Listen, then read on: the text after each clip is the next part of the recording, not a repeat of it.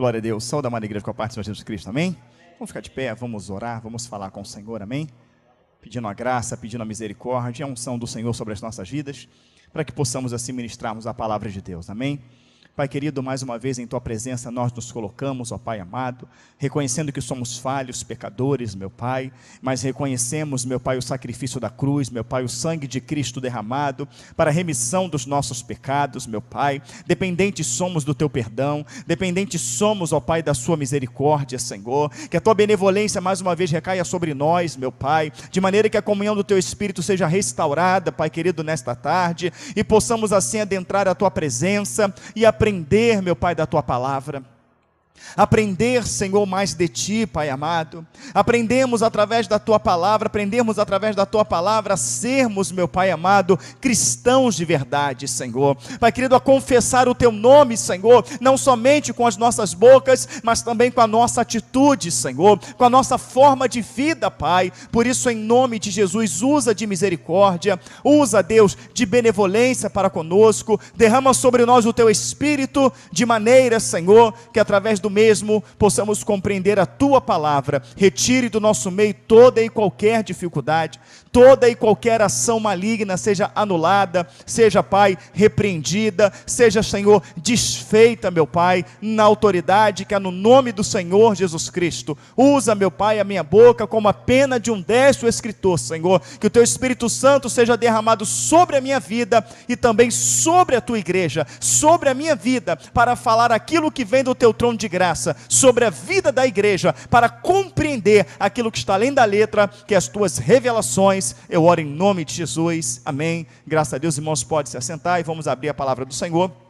Primeira epístola de João, capítulo 4. Glória a Deus. Glórias a Jesus. Amém. Primeira epístola de João.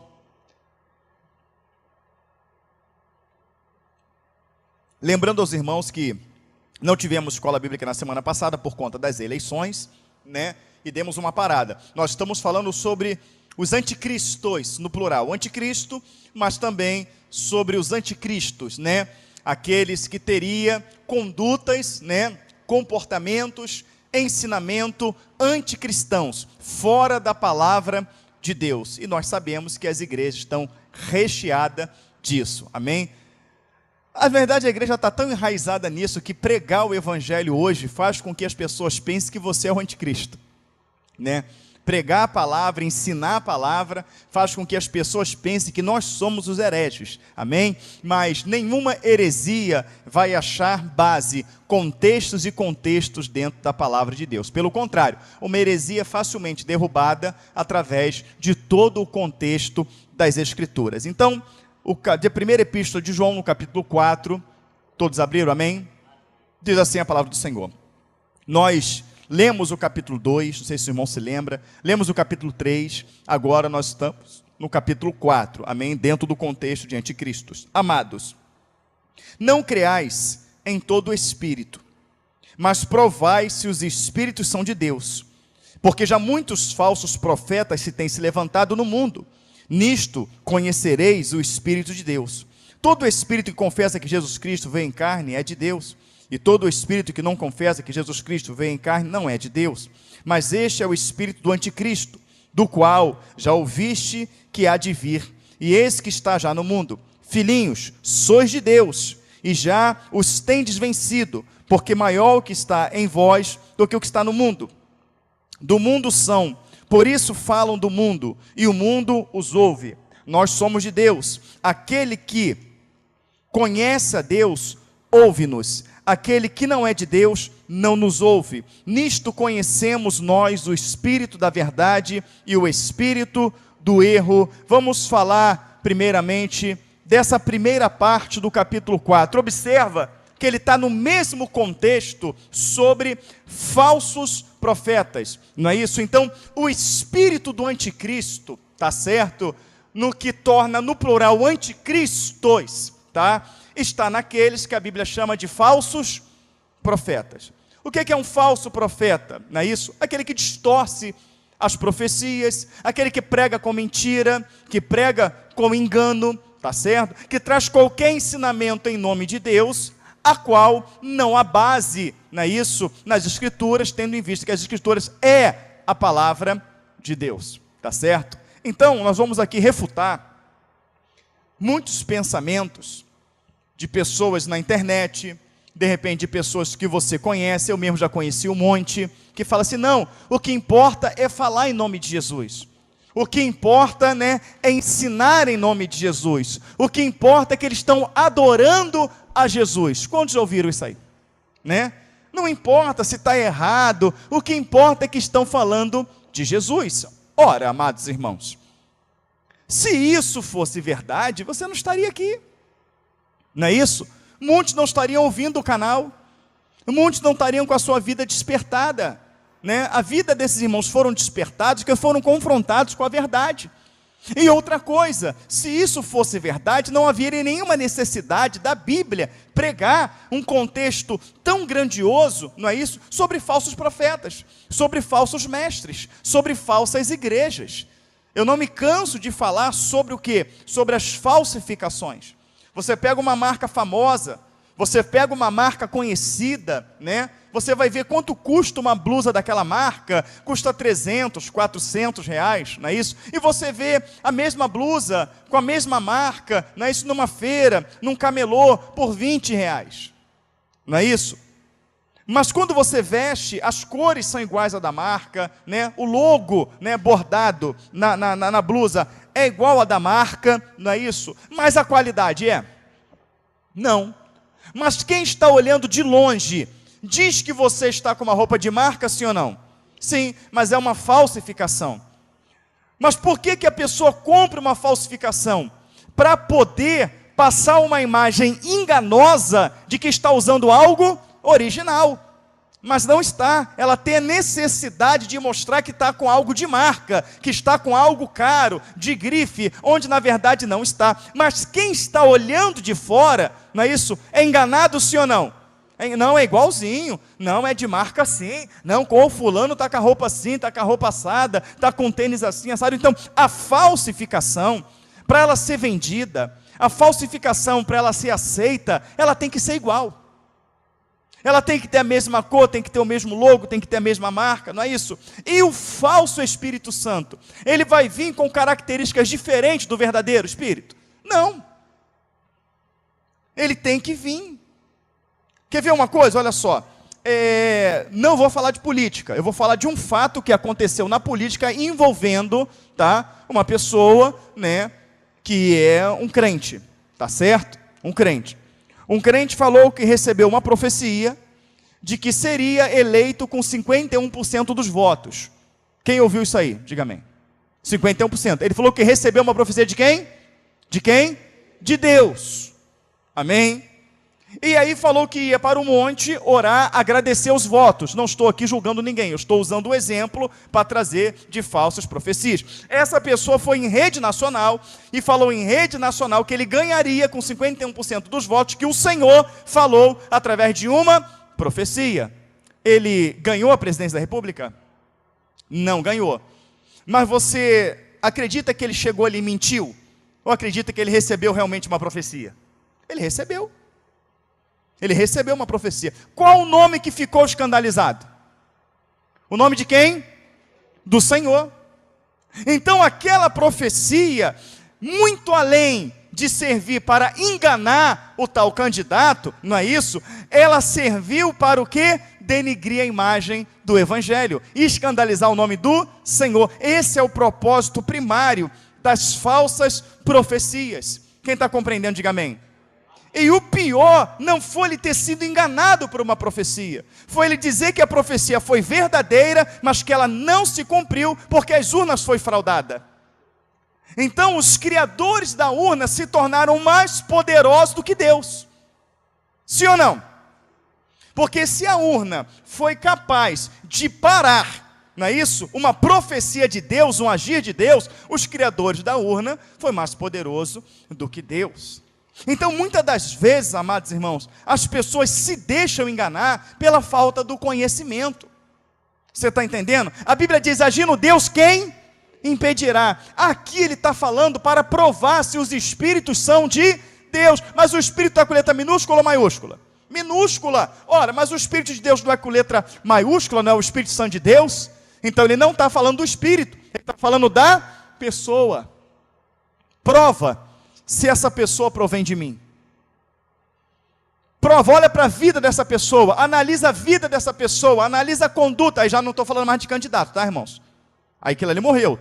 Só que eu não estou falando nem dele, falando de quem profetizou para ele, tá certo? Mas vamos voltar aqui, analisa a vida da pessoa, vê se os Espíritos Santos de Deus estão falando o seguinte: nem todos que falam de Deus, nem todos que profetizam, nem todos que ensinam, nem todos que têm um título, nem todos que abrem uma igreja, nem todos que fazem uma teologia, nem todos que têm um diploma são de Deus. Provai se os Espíritos são de Deus. Você não pode, com a sua conclusão, olhar para mim e dizer, é homem de Deus ou não. Mas se você, porque você não pode sondar meu coração. Mas se você dobrar o joelho, fazer um propósito com o Senhor, buscar a face de Deus, jejuar, orar e perguntar sobre a minha vida, Deus te diz sim ou não? Sim. Mas as pessoas tendem a receber as profecias, sendo que o falso profeta, geralmente, ele vai profetizar aquilo que o seu coração está desejando. Geralmente ele vai de encontro àquilo que o seu coração está desejando. Observa, uma pessoa que quer muito se casar, não é isso? Uma irmã que quer muito se casar, ela começa a receber algumas profecias mais ou menos desse tipo, que eis aí o teu varão, mulher, Deus está preparando para ti um casamento, eis aí a tua varoa, varão, Deus está preparando para ti. Uma pessoa que quer muito abrir um negócio, começa a profetizar, olha, eu vejo você com uma chave na mão, eu vejo você abrindo um grande comércio. Uma pessoa que tem um desejo, né, de ser um pastor, de ser conhecido no meio gospel. Olha, Deus tem um ministério para você. Eu vejo Deus te dando uma Bíblia de ouro na mão. Eu vejo Deus te usando poderosamente. Eu vejo você atravessando fronteiras. Isso vai de encontro o que a pessoa quer. No caso até do irmão, coitado, né? Queria muito ser o quê? Presidente do quê? Da República. O que o diabo fez? Não, tu vai ser presidente. Então o diabo trabalha no ego. O diabo trabalha dentro daquilo que o coração da pessoa quer. Por quê? Porque vai ser fácil dela aceitar a profecia. Vai ser fácil dela aceitar a profecia. Eu quero ver lançar a profecia como lançou o profeta Jeremias. Não é isso? Falar que Deus falou para o profeta Jeremias. O que Jeremias queria muito fazer? Alguém se lembra? O que ele queria? Tem um profeta que queria se casar. Quem é? Não é o profeta Jeremias que queria se casar? Não é? O que o Senhor falou para ele? Não foi Jeremias que queria se casar? O Senhor falou o que para ele? Não, você não vai se casar. Então quer dizer, essas profecias que vai contra a nossa vontade, as pessoas não querem ouvir, né? Eu quero abrir um negócio, aí Deus usa um, pode abrir, sou contigo, tal, e usa 10 para falar que pode abrir, e usa um e fala, não, Deus não está nesse negócio. Ele vai falar para a pessoa que não está nesse negócio, você vai falar o que dessa pessoa? Deus não falou pela boca dessa pessoa não, está repreendido em nome de Jesus, eu não aceito essa profecia não. Por exemplo, eu tenho uma tia minha que quase morreu, ela teve a minha prima, né, e ela ficou com a barriga aberta 40 dias, infeccionou a cesariana dela, ficou com a barriga aberta no hospital 40 dias, mas uma irmã foi na casa dela e falou assim, olha, Deus manda te dizer que você vai passar uma prova na sua saúde muito grande quando a sua filha nascer, Deus manda você se preparar, Deus manda você orar, porque você vai passar pelo vale da sombra da morte. Eu lembro como se fosse hoje minha tia, está repreendido em nome de Jesus, eu não aceito essa profecia de Satanás, não sei o que lá, quase que morreu. De quem era a profecia? Era de Deus. Mas o Senhor estava falando para ela se preparar espiritualmente. Deus teve misericórdia. Minha tia depois entendeu, reconheceu que aquela profecia era do Senhor. Graças a Deus, minha tia está bem. E minha prima hoje, né, está com 20 e poucos anos de idade lá. É uma bênção para a glória de Cristo. Mas eu lembro disso como se fosse hoje. As pessoas não querem esse tipo de profecia. Elas não querem. Mas a questão não é se a profecia ela vai ser boa no momento ou vai ser ruim. A questão é você buscar para ver se ela vem da parte de Deus. E aí entra o joelho, aí entra a vida de oração, aí entra a intimidade com o Senhor, amém? Aí entra, amados irmãos, a vida de consagração que temos que ter, porque sabemos que tem uma mente anticristã que opera no meio das igrejas, sabemos que tem uma mente anticristã que opera no meio desse mundo gospel e terrível, enrolando um monte de pessoas. A única maneira de nós não nos envolvermos nessa mentirada é termos o conhecimento da Escritura somado, não só o conhecimento da Escritura, mas somado com uma vida, tá, de intimidade com Deus. uma vida de intimidade com Deus. E o que está faltando para a igreja hoje é a vida de intimidade com Deus. E a mente anticristã, ela também está nessa finalidade, tirar a intimidade com Deus. Não se prega mais hoje vida de oração, não se prega mais hoje a meditação na palavra de Deus, não se prega mais hoje os cultos devocionais, não se prega mais hoje o jejum, não se prega mais hoje, amados irmãos, a consagração, não se prega mais. Não tem ninguém batendo na tecla da oração, não tem ninguém batendo na tecla da palavra de Deus. Quando eu falo ninguém, não estou dizendo que somos absolutos, que somos os únicos, mas eu estou falando é que cada 1000 igrejas você vê um pregando arrependimento, você vê um pregando a renúncia, você vê um pregando a porta estreita, você vê um pregando a vida de acordo com a palavra, não é isso? Você vê um que não está envolvido com esse sistema religioso corrompido que visa dinheiro, vivendo mentira. Você tem um grande aí pastor na mídia, tá certo? Que um determinado candidato, quando se candidatou, querido, cristão e política não andam junto. Pastor e política não andam juntos. E você pode admirar um candidato sendo um pastor, tudo bem, mas eu não posso, em cima do púlpito, fazer propaganda política para ninguém, muito menos na internet, em lugar nenhum. Eu posso conversar com você fora do púlpito, fora da igreja, e dividir com você a minha opinião política, mas num púlpito da igreja não. Então esse mesmo homem, ele sobe no púlpito da igreja e ele desce a madeira em um determinado candidato. Quando o determinado candidato bate lá em cima na pesquisa Datafolha, o que acontece? Ele vai na casa desse candidato e agora está lá, de mão dada. Está lá não, porque é o nosso presidente, porque é a favor da família. Este homem, ele não está visando família, ele não está visando o Brasil, ele está visando o seu bolso, ele está visando o seu bem-estar, ele quer estar colado com aqueles que estão na cabeça. Essa é a visão anticristã. Ele nunca vai olhar para o povo, ele nunca vai olhar para a verdade, ele vai olhar para o seu próprio ventre. A palavra fala que esses cães são gulosos. Fala que eles militam em prol do seu próprio ventre. Isso não é homem de Deus. Isso não são pastores, amados irmãos. Isso são enganadores. Isso são falsos profetas. São oportunistas, e com o oportunismo deles alcançaram milhões.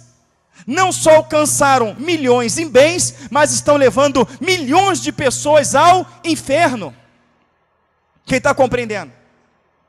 Então essa mente anticristã, ela entrou dentro da igreja, tá? Trazendo isso como uma normalidade muito grande, onde temos muitos pastores conhecidos hoje, deputados federais. Nós temos muitos pastores conhecidos aí que competiram ao Senado, que são deputados estaduais, não é isso? Até pastor se candidatou à presidência da República.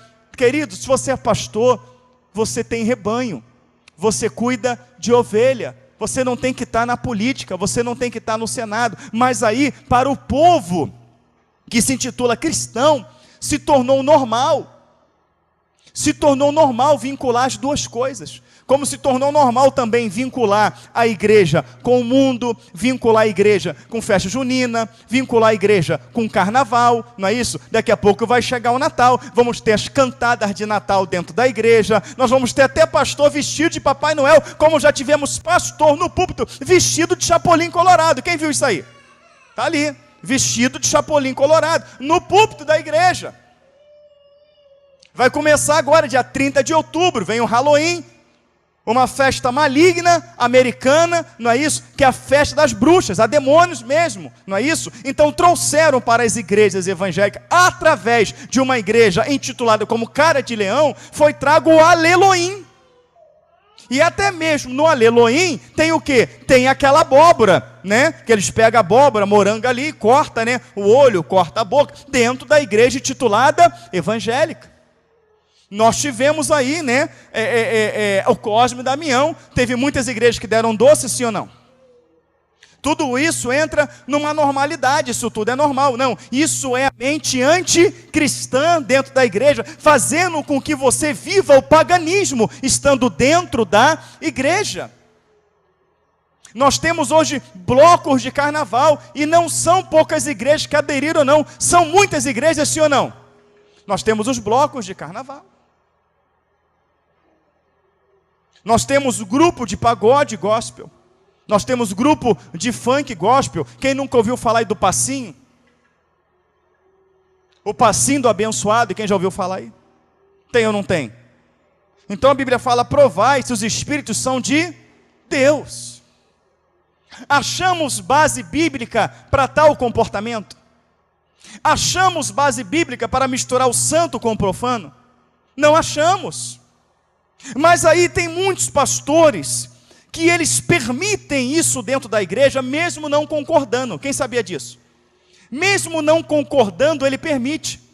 Você vê que incomoda, você vê no vídeo que ele fica até sem graça. O pessoal está ali, ele fica ali, tá, um risinho sem graça, uma coisa. Tu vê que ele não concorda, mas ele libera. Por quê? Porque ele está vendo que o resultado dentro da igreja está sendo positivo. Não positivo espiritualmente, mas positivo financeiramente. Está atraindo, está enchendo a igreja, tá? Está fazendo com que ele fique conhecido, está fazendo com que a sua igreja fique famosa. Então encheu a igreja, né? A igreja está sendo divulgada de forma positiva, para eles é o que vale.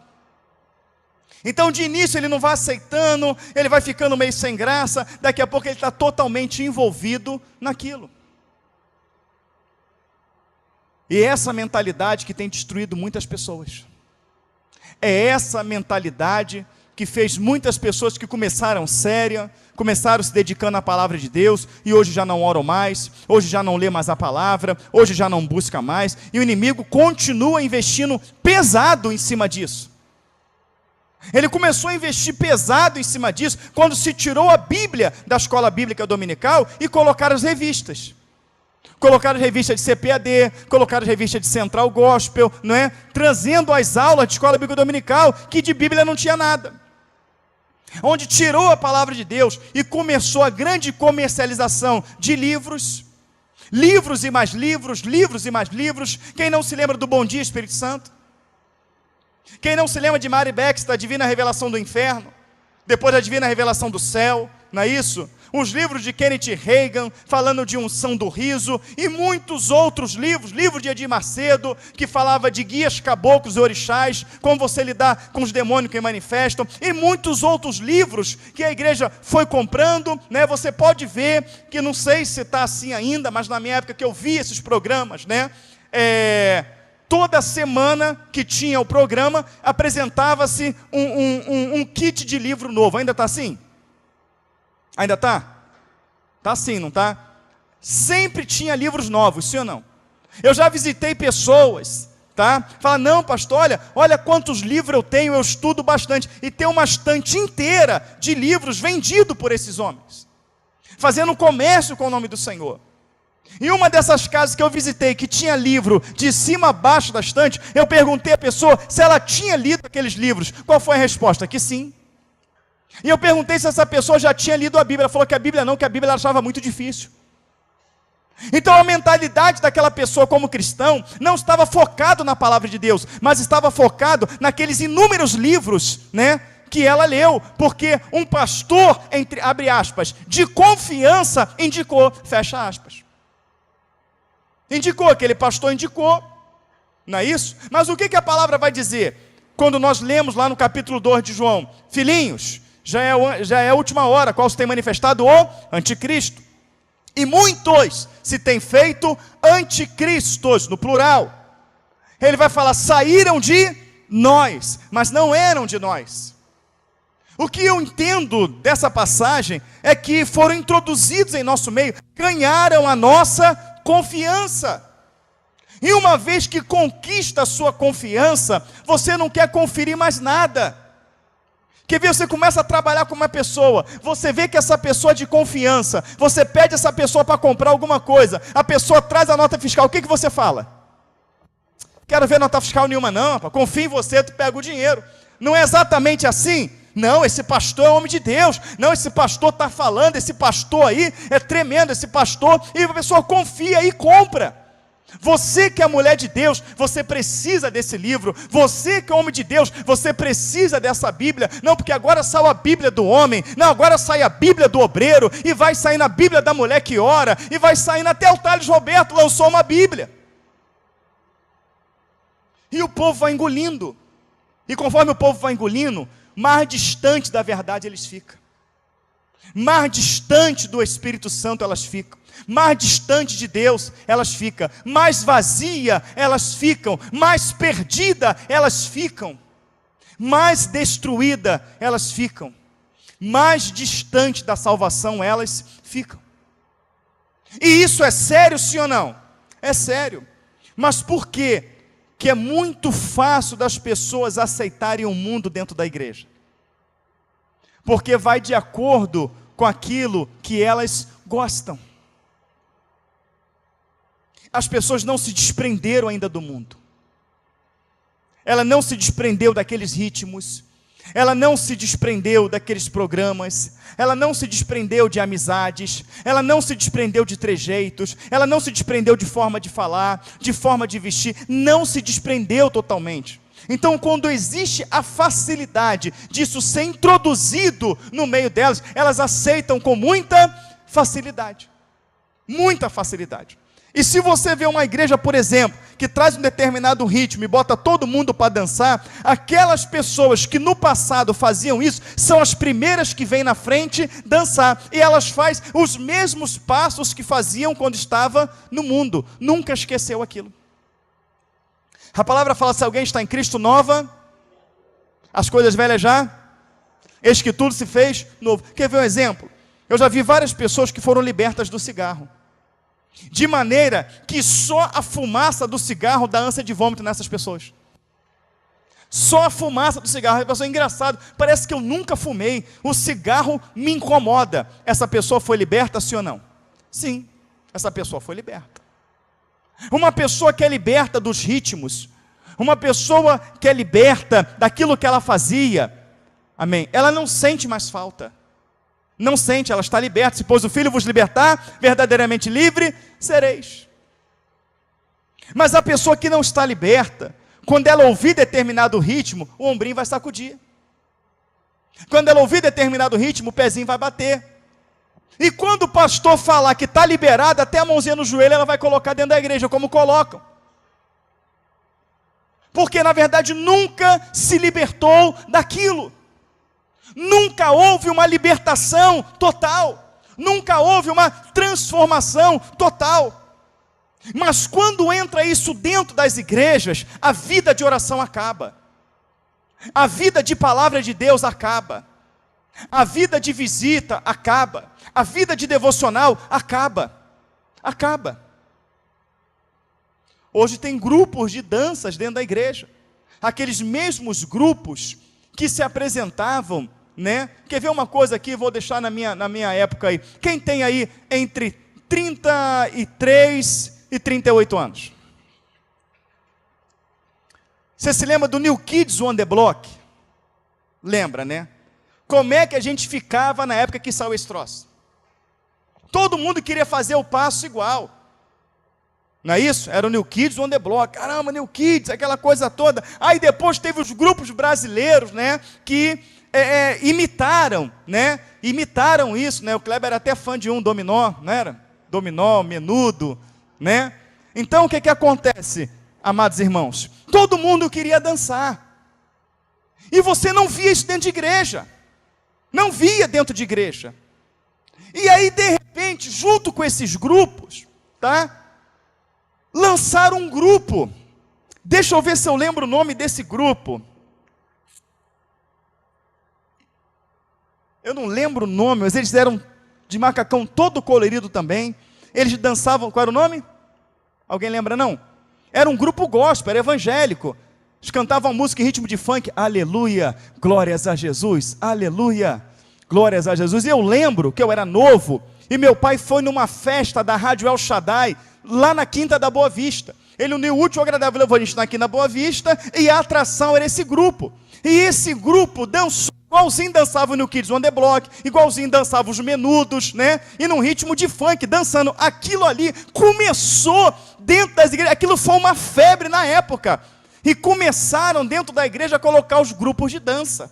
E hoje você tem as pessoas com grupo de dança, com 6 integrantes, 8 integrantes, tem até com 12, já vi até com 30, né? Que dão aqueles passos igualzinho, né? Aquelas cantores americanas, essas cantoras americanas que ela vem cantando, vem dançando, e todo mundo faz os passos atrás. O Michael Jackson da vida, quem se lembra aí? Né? Ele vinha dançando e todo mundo dançando atrás igual a ele. Não tem esses grupos dentro da igreja hoje? E eu não lembro o nome do grupo. Mas era um grupo que se intitulava evangélico, que botou macacões colorido, era o New Kids on the Block Gospel, tá? Isso foi em 1990, eu tinha 10 anos. E ali já começou né?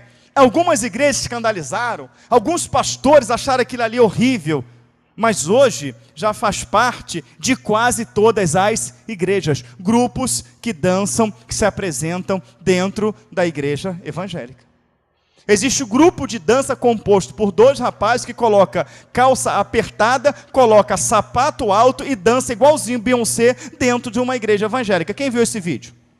Você viu, não viu? A irmã viu, né? Tamar viu.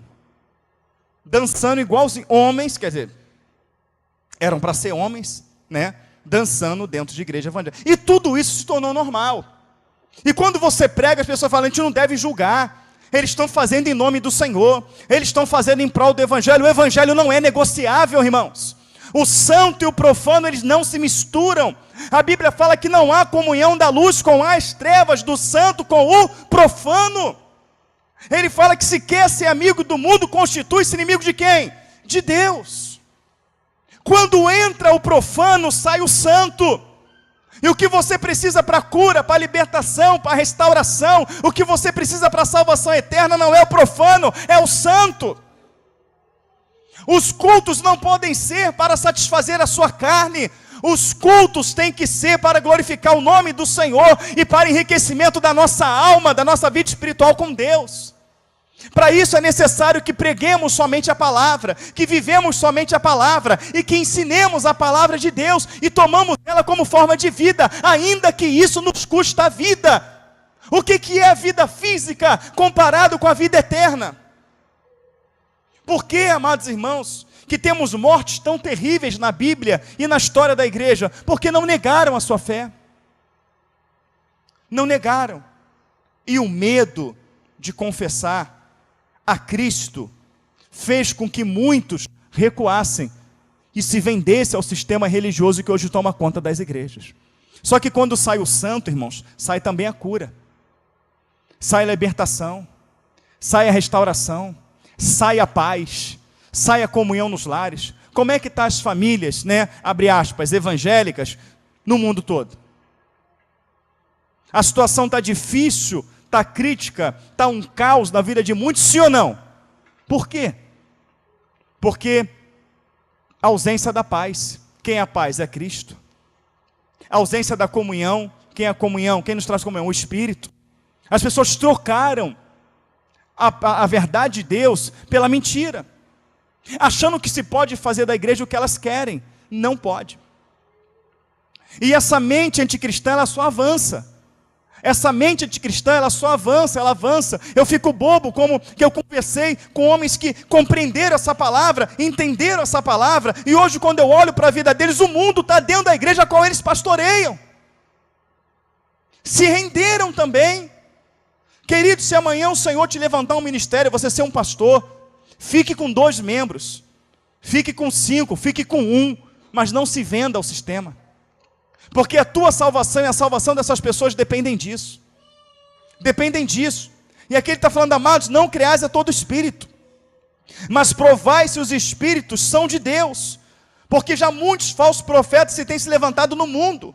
Nisto conhecereis o Espírito de Deus. Todo espírito que confessa que Jesus Cristo veio em carne é de Deus. Amados irmãos, entenda o que eu vou falar para vocês. Entenda bem. A Bíblia se tornou algo estranho dentro das igrejas. Eu já fui afrontado, já aí fora, né?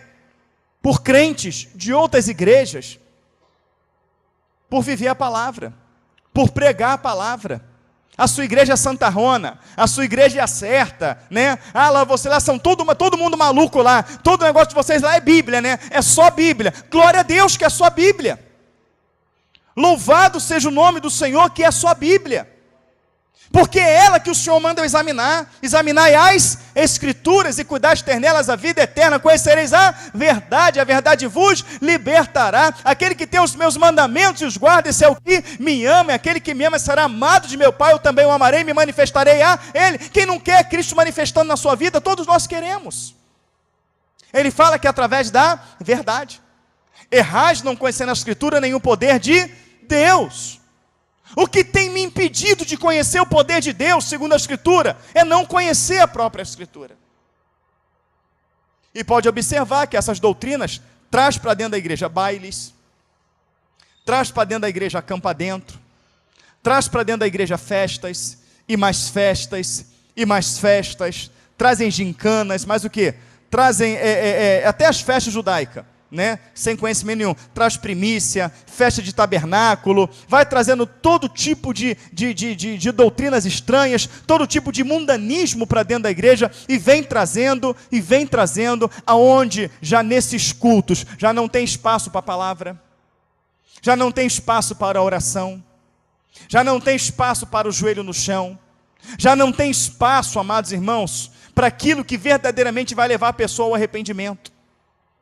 Essa igreja é legal, né? Muito divertida. Olha, eu dancei a beça.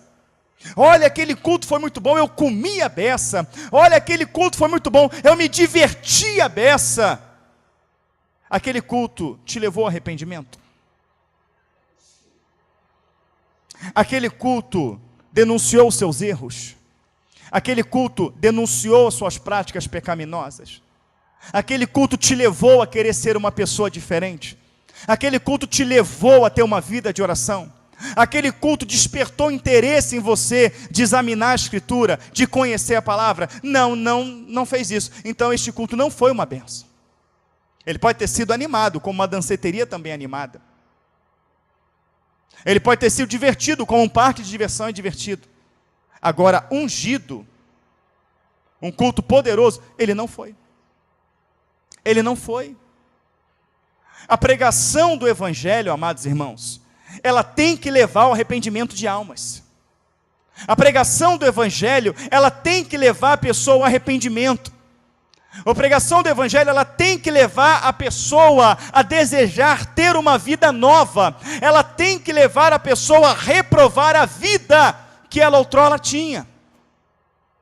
Tem que levar essa pessoa a mudar de direção, a mudar os seus conceitos, a mudar os seus valores. Isso é Evangelho. Evangelho que fala que você pode praticar todo tipo de coisas abomináveis que tem no mundo, porque teu pecado Jesus já levou na cruz do Calvário. Se Jesus levou todo o teu pecado na cruz do Calvário, o que eu estou fazendo aqui pregando o Evangelho para você? O que a gente está fazendo evangelizando na rua se todo mundo já está salvo? Se todo mundo já está liberto? Jesus não morreu para salvar a humanidade, Ele morreu para abrir uma porta de salvação para a humanidade. A porta está aberta de salvação para a humanidade. Agora temos que ensinar o caminho para ela, o caminho através da Escritura. O caminho através do abandono do pecado, o arrependimento do pecado, através de uma vida de santificação. Glória a Deus que o Senhor abriu uma porta. Há uma porta aberta no Calvário. Essa porta está aberta lá. Ele fala que essa porta é estreita, que essa porta ela é apertada e que poucos encontrarão esse caminho.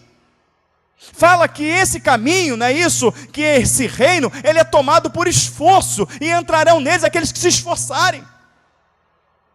Aí tem aqueles que me chamam de anticristo e falam, não, o pastor prega que a gente vai ser salvo por mérito próprio, não é pelo sangue da cruz, não é pela misericórdia de Cristo. Amados irmãos, claro que é pela misericórdia de Cristo, claro que é pelo sangue de Cristo, mas existe uma parte que o Senhor colocou na Escritura que cabe a mim e cabe a você. Que parte é essa, pastor? Dá um pulinho em Hebreus, está escrito, seguir a paz com todos e a santificação, sem a qual ninguém verá a...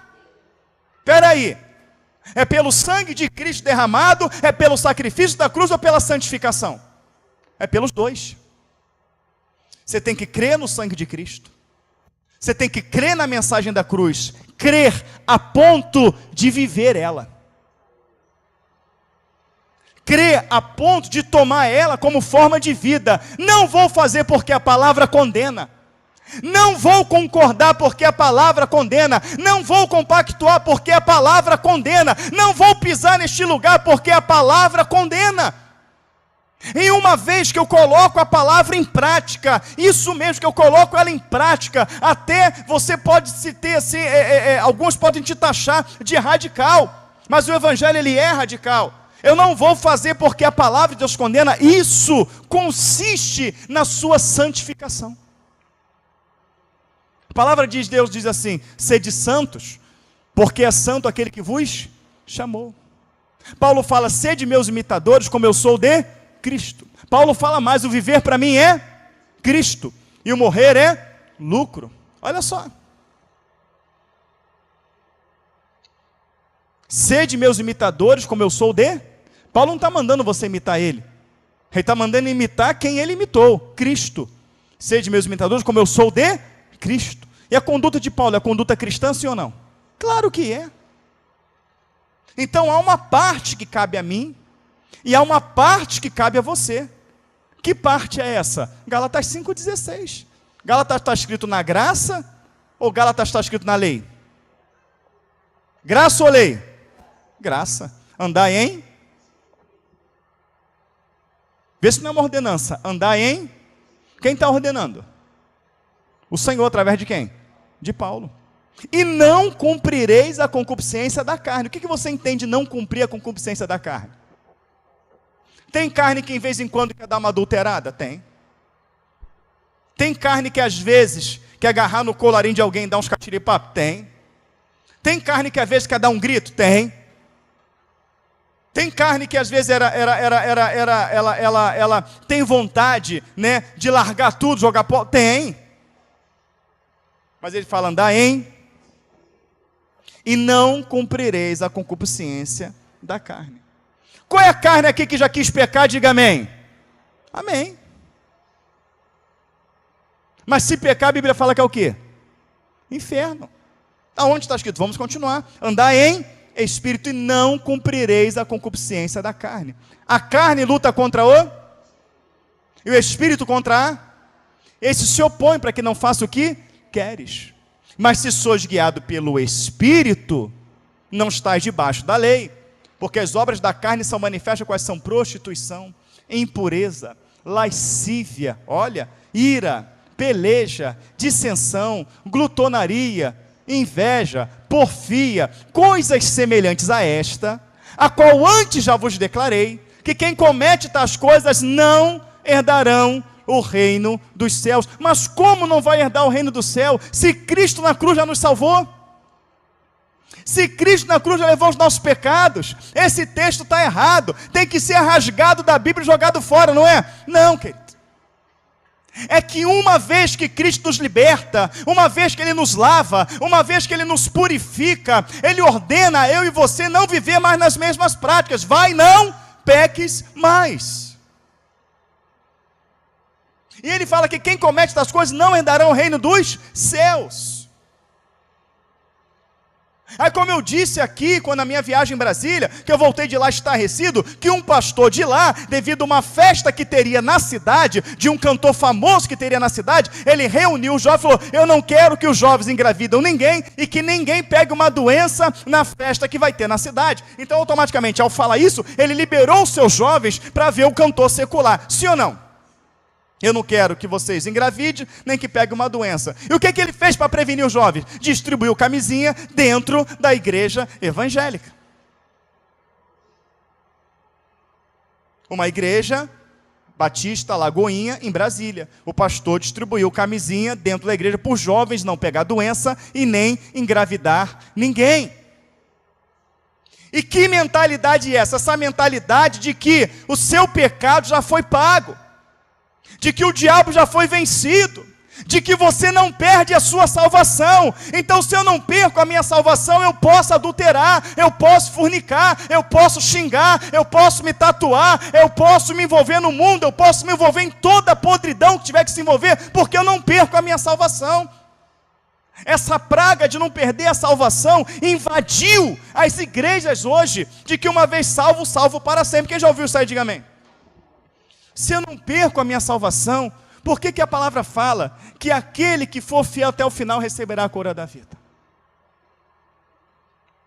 Se a salvação não perde, por que a palavra fala que eu não posso me desviar nem para a direita nem para a esquerda?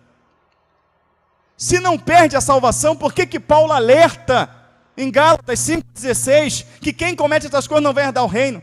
Por que em Coríntios 6 fala, não sabeis que os impuros, os devassos, os homicidas, os afeminados, os roubadores, o ladrão não herdarão o reino dos céus? Agora vamos olhar uma coisa aqui. Quando Paulo escreve para a Galácia, ele está escrevendo para o povo da Galácia ou para a igreja da Galácia?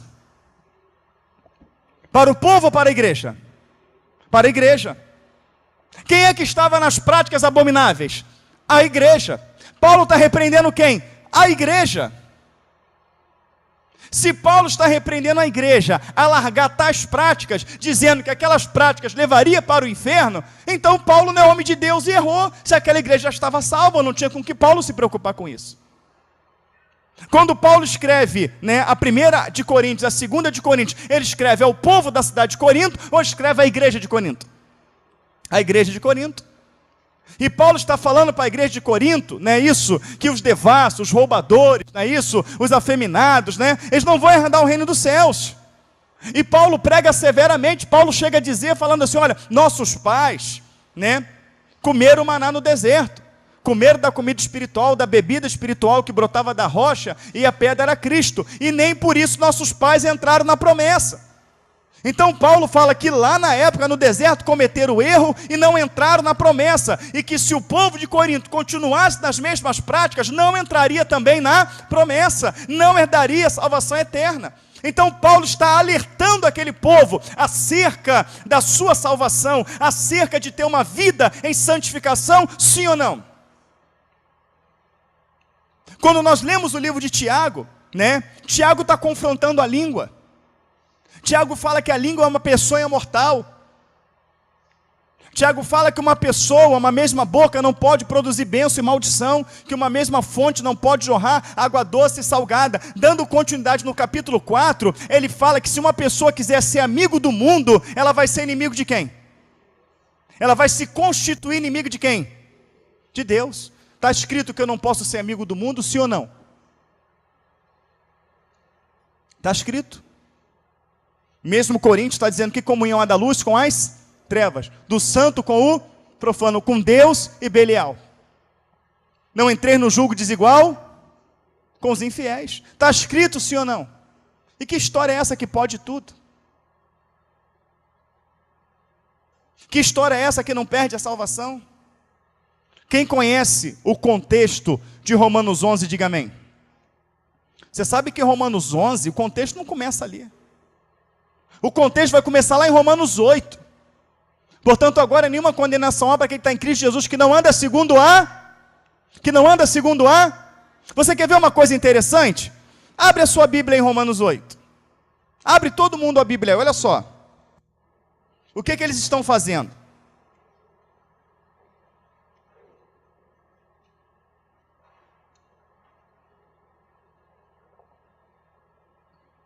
Quem abriu aí, diga amém. Quem não abriu, diga misericórdia. Queria que todos abrissem.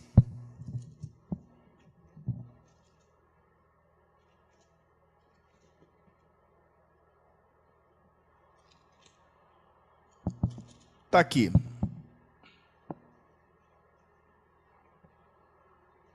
Amém? Lê comigo. Portanto, agora, nenhuma condenação há para os que estão em Cristo Jesus, que não andam segundo a carne, mas segundo o Espírito. Quantas Bíblias não tem essa parte aí, que não anda segundo a carne, mas segundo o Espírito? Tem alguma Bíblia aqui que não tem? Lá, A sua não tem essa parte. Tem mais alguma? A sua não tem. Então, o que eles estão fazendo agora? Eles estão tirando isso. Aqui tem pouca gente que tem, porque o pessoal que pergunta, que Bíblia que eu compro, pastor tal, qual é a versão certa? Essa aqui tem, que não anda segundo a carne, mas segundo o Espírito, mas do nosso querido irmão ali não tem, da irmã lá em cima não tem, e muitos irmãos que vão nos assistir, vai procurar na Bíblia deles e não tem, mas no original tem, que não anda nenhuma condenação, está vendo aqui? Aí você tira essa parte da Bíblia, que não anda segundo a carne, mas segundo o Espírito, você tira da Bíblia. Aí o pessoal lê lá, nenhuma condenação há para quem está em Cristo Jesus. Tu está me condenando, rapaz, tu está condenando a minha prática. Olha aqui, está escrito que não há condenação, eu estou em Cristo Jesus, então não tem nada que me condene, mas porque tirou. O original está escrito, nenhuma condenação há para aqueles que estão em Cristo Jesus, que não anda segundo mas segundo o Espírito. Então significa que se você confessa a Cristo, amém? Mas você anda na carne, ele está dizendo que você está sob condenação, sim ou não? Quando ele fala nenhuma condenação há para quem está em Cristo Jesus, vem a condição, que não anda segundo a carne. Não há condenação para você, se você não andar segundo a carne, mas segundo o Espírito. Louvado seja o nome do Senhor Jesus Cristo. Não pode andar de acordo com a carne. Eu xingo, eu falo, eu esperneio mesmo, porque pisaram no meu calo, e o crente não é bobo. Como o Senhor, eu sou carne também, sabendo que você é carne, ele fala, andar em Espírito. Sabendo que você é carne, Tiago 1,19 fala, pronto para ouvir, tardio para falar, tardio para se irar, porque a ira não produz a justiça de Deus. Irou, não tem justiça de Deus.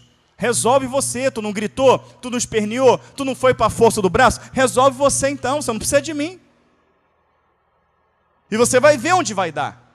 Então a Bíblia ensina como andar, ela ensina como agir, sim ou não? E o que vai fazer com que eu e você sejamos salvos é viver de acordo com aquilo que Cristo nos ensinou. Então o contexto de Romanos 11 começa em Romanos 8. E ele vai embora, Romanos 8, Romanos 9. Em Romanos 9, totalmente fora do contexto, que as pessoas vêem a doutrina da predestinação. Uma vez salvo, salvo para sempre. Mas ela não pegou o contexto está em Romanos 8, que vai pular para Romanos 10, para Romanos 11, vai chegar em Romanos 12, para você entender Romanos 9. Romanos 9 engloba as duas casas, Efraim e Judá. Amém? Envolve a semente de Abraão. Você tem que entender tudo isso. Quando você chegar em Romanos 9, sem o contexto, a pessoa fala que tem os filhos das trevas e tem os filhos da luz. Ou seja, qual é a mentalidade, de uma interpretação errônea da palavra? Aonde está a mente do anticristo dentro das igrejas? Exatamente numa distorção de um texto desse, que vai dizer, sabe o quê? Que você se casa, a sua esposa engravida, e você fica todo bobo com seu filhinho que está sendo gerado, aí o Senhor olha lá de cima e fala, não fui com a cara dessa criança. Essa criança aí vai ser filha das trevas. Essa aí vai ser. Então não adianta, vai ser filha das trevas. Ele é Deus? Ele é Senhor? Tem livre-arbítrio essa criança? Não, vai crescer, vai virar um jovem e depois vai ser um filho das trevas, não vai ser salvo. Não, esse aqui eu fui com a cara desse aqui, esse aqui vai ser filho da luz. Você acha mesmo que Deus tem esse caráter? Você acha mesmo que Deus tem esse comportamento?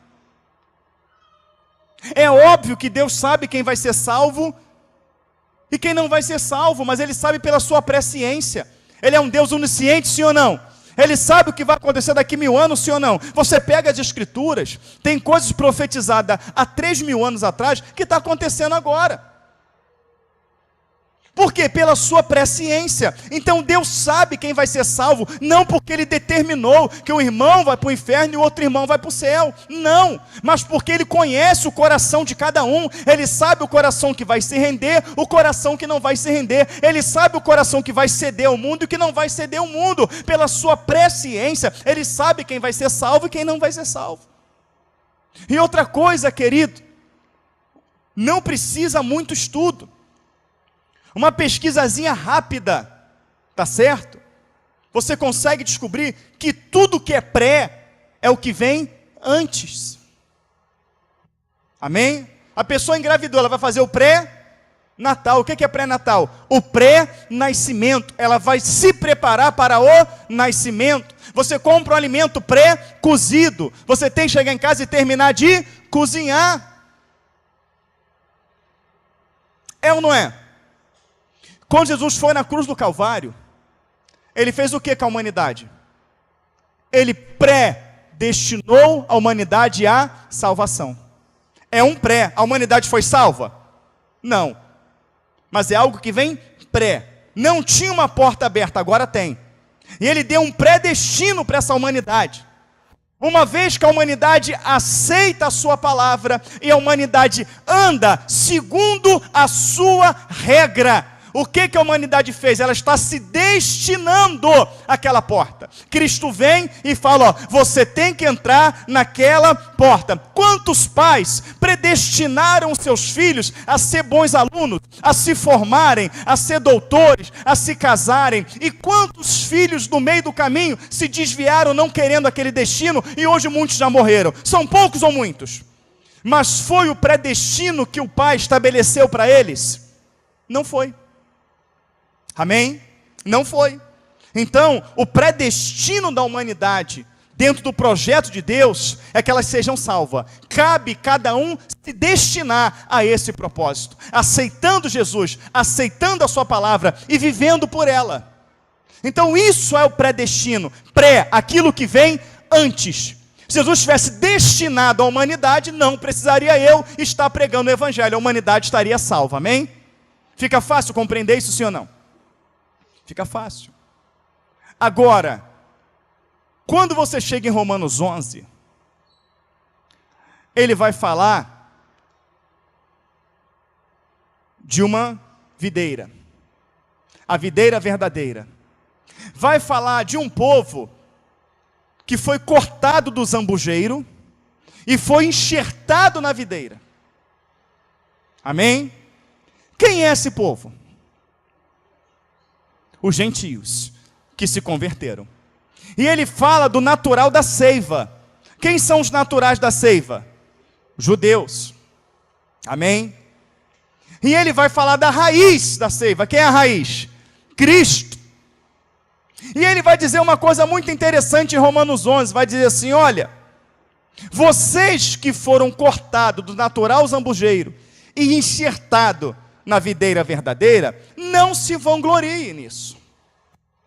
Porque se vocês não permanecerem fiéis, de novo serão cortados. E eles, se não permanecerem na incredulidade, de novo serão enxertados. Então os judeus que não crerem em Cristo hoje estão cortados. Mas se não permanecer na incredulidade, de novo serão enxertados. E nós que fomos enxertados, se não permanecermos, é melhor do que falar e ler, não é? Vamos lá em Romanos 11. Já está em 8. Vamos ver se perde ou não perde.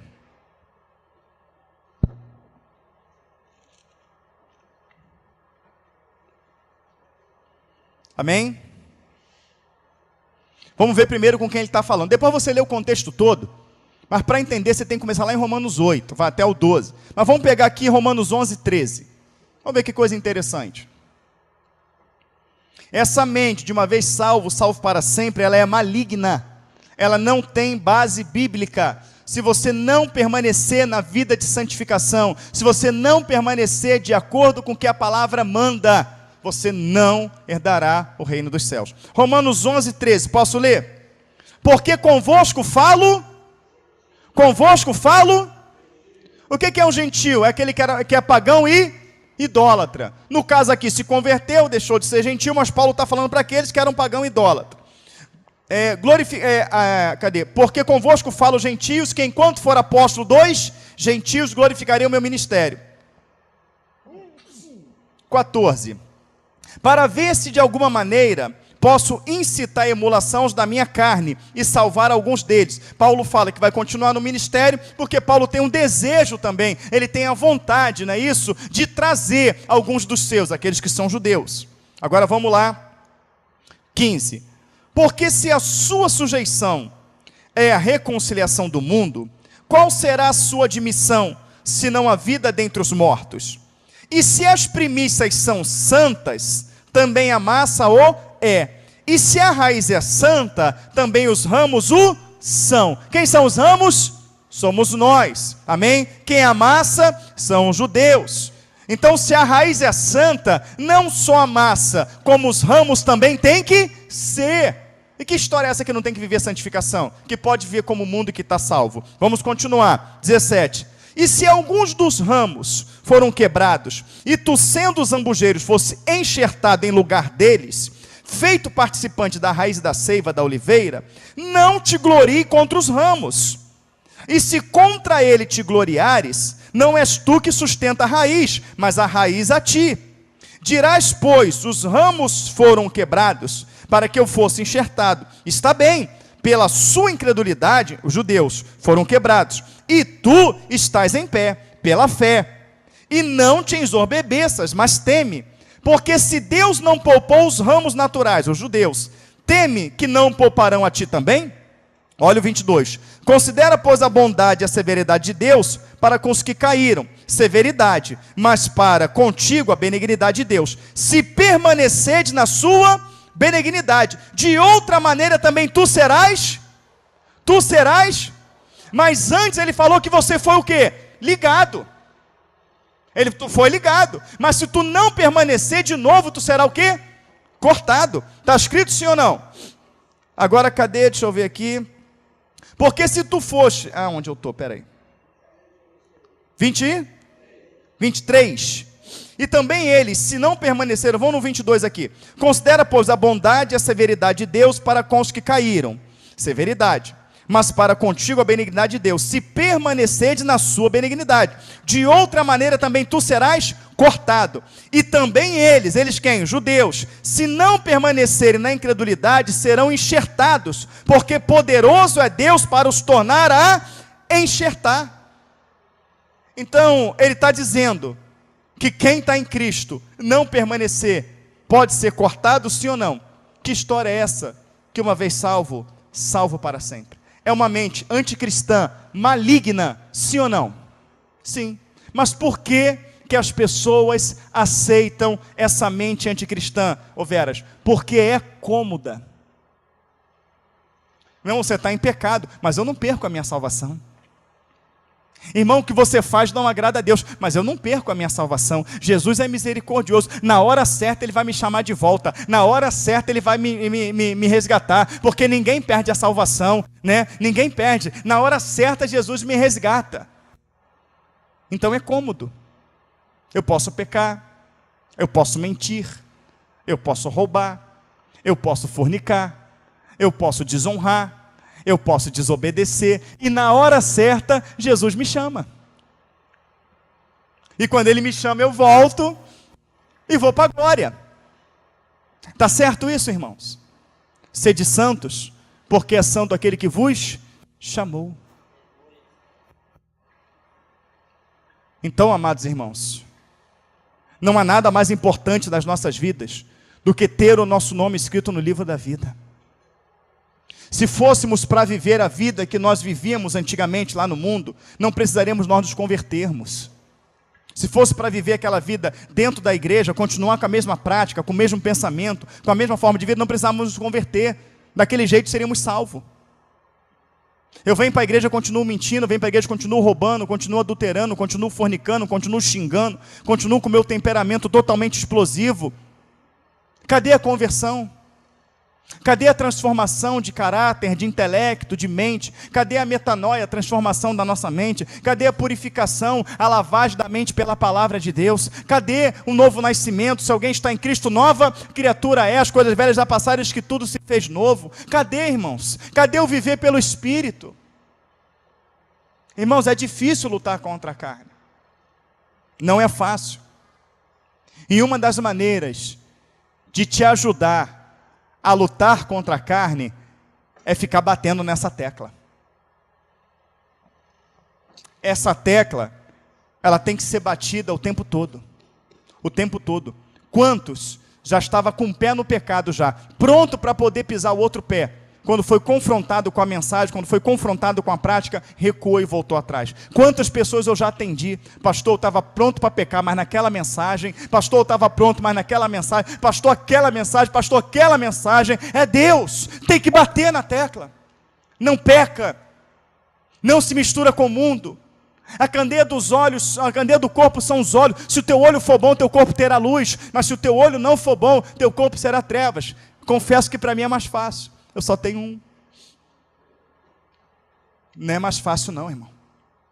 Eu enxergo. Eu sei a luta que você passa. Eu sei. Ah, mas é muito difícil vencer o mundo. É quase impossível. Você falou bem, quase. Se fosse impossível, Deus não falaria para você lutar. Deus não falaria para você vencer. Deus não falaria para você resistir. E na verdade, irmãos, vencer o mundo não é tão difícil assim como você está pensando. Não é. O que vai fazer você vencer o mundo, ou perder para o mundo, tá? É o domínio que você permite exercer na sua mente, no seu coração.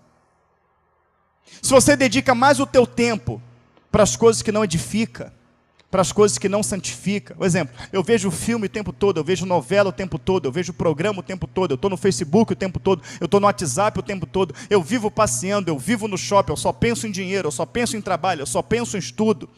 A sua mente, ela vai ser facilmente dominada para aquilo que é carnal, para aquilo que é passageiro. Mas se você não abre mão de orar, você não abre mão de ler a palavra, você não abre mão de buscar, você consegue administrar muito bem o seu tempo, de maneira que você não frauda o tempo de Deus. Tudo é um tempo e um propósito, tempo de falar, de calar, tempo de plantar, de colher, tempo da esposa, do filho, do trabalho, tempo de descansar, tempo do Senhor. Se você não frauda o tempo do Senhor, se o Salmo de número 1, ele é vivo dentro do seu coração, bem-aventurado aquele que não anda segundo o conselho dos ímpios, não se assenta na roda dos escarnecedores, não se detém no caminho dos pecadores, mas tem o seu prazer na lei do Senhor, nela medita de dia e de noite. O grande problema é que poucas pessoas meditam por prazer. Muitas pessoas meditam por medo. Eu não quero perder a minha salvação, tenho que ler a Bíblia. Outras meditam porque vai dar aula. Outras meditam porque vai pregar em tal lugar. Outras meditam porque quer mostrar conhecimento. Poucos são os que meditam por prazer, mas tem o seu prazer na lei do Senhor. O meu prazer é tamanho, não é isso? Que me faz meditar quando? De dia e de noite. O que vai acontecer com esses? Serão como árvores plantadas junto a ribeiros de água. O seu fruto dará na estação própria, e tudo quanto ele fizer, prosperará. O que tem o prazer na lei do Senhor. Para muitos é uma luta terrível orar. Para muitos é uma luta terrível ler a palavra. Para muitos é uma luta terrível estar na igreja.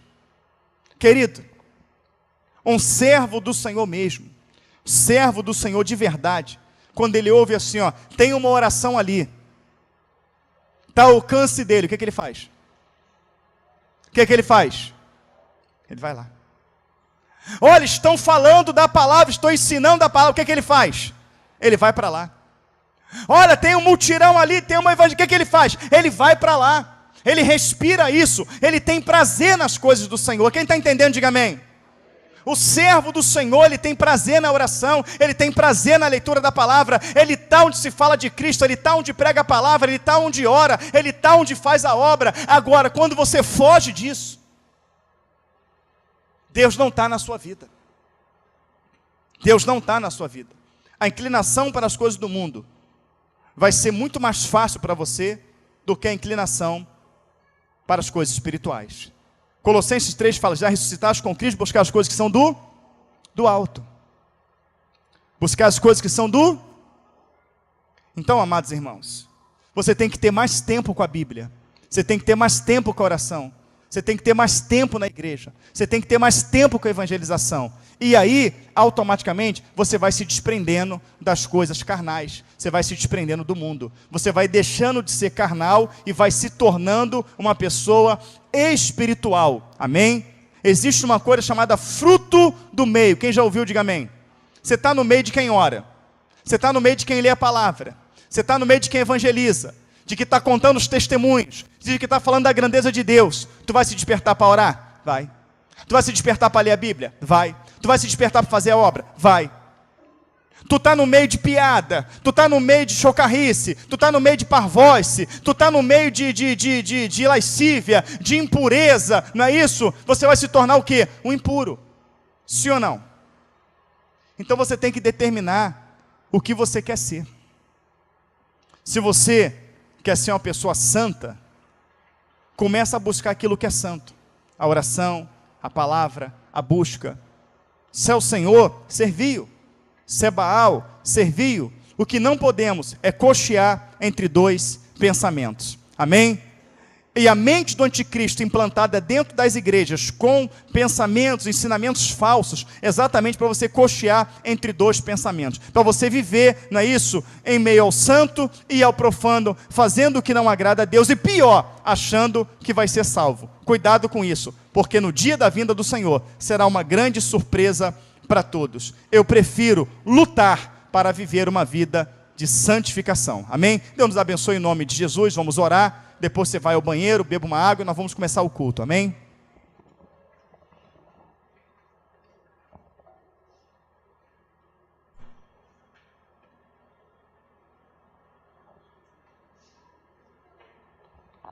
Senhor, eu te dou graças por mais uma vez poder, Senhor Deus, estudar um pouco da Tua Palavra. A Tua Palavra que é viva e eficaz, mais penetrante do que espada afiada de 2 gumes, e penetra a divisão da alma do Espírito, juntas e medulas, ela é apta para discernir os pensamentos e as intenções do coração. Pai, que a Tua Palavra, Senhor Deus amado, ela não venha voltar vazia, mas ela venha, meu Pai amado, produzir, Senhor Deus amado, ela venha, Senhor, cumprir o propósito a qual ela foi enviada, que ela possa, meu Pai, verdadeiramente trazer um despertamento neste momento, que a Tua igreja compreenda, meu Pai, que temos que orar mais, temos que nos santificar mais, temos que nos dedicar mais à oração e à prática da Tua Palavra, temos que nos dedicar mais à evangelização, a pregar o reino nesta terra, Senhor, a se inclinar para aquilo que é espiritual, para as coisas que vêm do alto. Pai amado, pedimos, ó Pai, que o Senhor ainda permaneça conosco, Senhor, no culto, meu Pai amado, que daqui a pouco iremos prestar a Ti. Pai amado, todas as pessoas que já estão a caminho da Tua casa, de ônibus, de carro, de moto, Pai querido, a pé, que o Senhor os livre, que o Senhor os guarda, todos os irmãos que nesse momento já estão se preparando para se conectar na internet, aqueles que infelizmente não têm uma igreja para congregar, Senhor, mas que têm congregado mesmo à distância conosco, glorificando o Teu nome, que o Senhor abençoe, Senhor, tomando a transmissão em Tuas mãos, para que tudo corra maravilhosamente bem. Nós oramos e pedimos, repreenda toda ação maligna do nosso meio, se com os irmãos que estarão no portão, dos que estão no portão, as professoras, o instrumentista, meu Pai, aquele que vai trazer a mensagem, que em tudo nesta noite o Teu nome seja glorificado. Eu oro em nome de Jesus, amém, graças a Deus.